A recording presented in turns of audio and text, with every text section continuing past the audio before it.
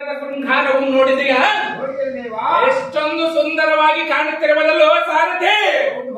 ಎಲ್ಲಾ ಸಾರಥಿ ನೋಡು, ಎಂತ ನೋಡಿದರರ್ಥ, ಎಷ್ಟು ನೋಡಿದರಷ್ಟು, ಎಷ್ಟೊಂದು ಪ್ರಕಾಶಮಾನವಾಗಿ ಕಂಗೊಳಿಸುತ್ತಿರುವುದು ಈ ಪ್ರಭು. ಎಲ್ಲಾ ಸಾರಥಿ ನೋಡು, ಇಲ್ಲಿ ಕಾಣುತ್ತಿರುವುದೇ ಗೋವಿಂದನ ದಿವ್ಯವಾದ ಮಂದಿರ. ಮೊದಲಿಗೆ ಈತನಿಗೆ ನಮಸ್ಕಾರವನ್ನು ಮಾಡೋಣ ಬಾ. ಆ ಹಕ್ಕಿರಾಂಡ ಕೋಟಿ ಬ್ರಹ್ಮಾಂಡವನ್ನು ಕೈಯಲ್ಲಿ ತೋರಿದ ಮುರಗರಿ, ನಿನಗೊಂದು ಕೋಟಿ ಕೋಟಿ ನಮನಗಳು.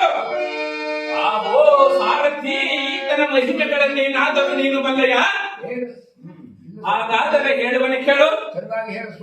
ಸಾರಥಿ, ಆ ಧರ್ಮಗಳನ್ನೊಳಗೊಂಡ ವೇದಗಳನ್ನು ಓದಿ ಲೋಕಗಳನ್ನು ತಿಳಿದುಕೊಂಡು ಲೋಕಗಳನ್ನು ಪರಿಪಾಲಿಸುವ ಲೋಕೇಶ್ವರನಾದ ಲಕ್ಷ್ಮೀನಾರಾಯಣನು ಈ ಶ್ರೀಕೃಷ್ಣ, ಲೋಕೇಶ್ವರನಾದ ಕರುಣಾಸಾಗರನು ಈ ಲಕ್ಷ್ಮೀನಾರಾಯಣನು.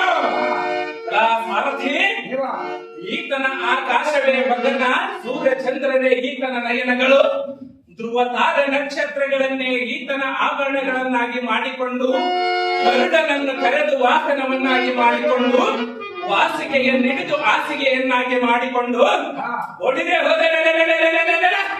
ಶಿಕ್ಷಣ ಸಾಗರದಲ್ಲಿ ಬನ್ನಗ ಶಯನನಾಗಿ ದುಷ್ಟರನ್ನು ಶಿಕ್ಷಿಸಿ ಶ್ರೇಷ್ಠರನ್ನು ರಕ್ಷಿಸುವ ಸರ್ವಶಕ್ತನು ಈ ಅಚ್ಯುತನು. ಸಾರಥಿ, ಅಧರ್ಮಗಳಿಗೆ ಧರ್ಮ ಮಾರ್ಗವನ್ನು ತೋರುವುದಕ್ಕಾಗಿ ಚೆನ್ನೋರ, ಕಂಸಾಸೂರ, ಶಿಶುಪಾಲ, ದಂತವಕ್ರನ ಸಂಹರಿಸಲಿಕ್ಕೆ ಜನ್ಮವೆತ್ತನು ಈ ದ್ವಾರಕಾಧೀಶನು.